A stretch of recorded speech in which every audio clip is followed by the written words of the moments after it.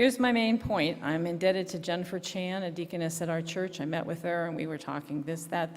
I finally said what I'm going to say to you. I said to her and she said, "That's the main point of your whole book. Why didn't you put that sooner? Why didn't you say more about that?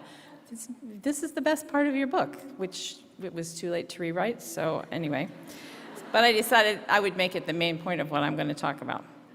If you take away nothing else, just remember this. In a Christian marriage, each person gets to play the Jesus role. Together, a husband and a wife living out their roles of headship and submission can display the fullness of the glory of Christ and the gospel in a powerful way. In Philippians 2, we're told about Jesus and his submission to the Father, dying for our salvation and rising to greater glory. In Ephesians 5, we're told about Jesus and his headship of the church, exercising his authority by being a servant in order to provide his bride with whatever is necessary for her growth and perfection.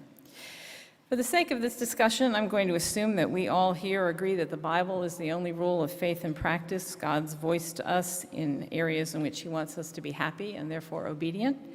I think I'm on safe ground there so far.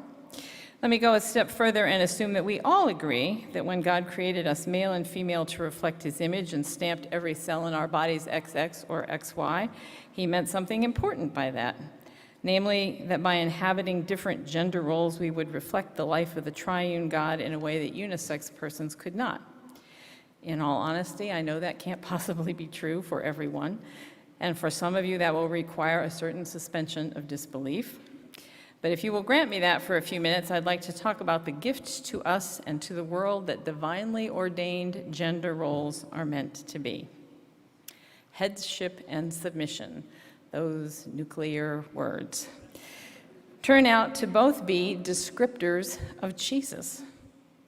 And although the sinful hearts of men and women have taken those concepts and twisted them, if we discover and embrace Jesus' definitions, we'll find ourselves entering into the mystery of the dance of the Trinity, as well as enacting the mystery of the gospel.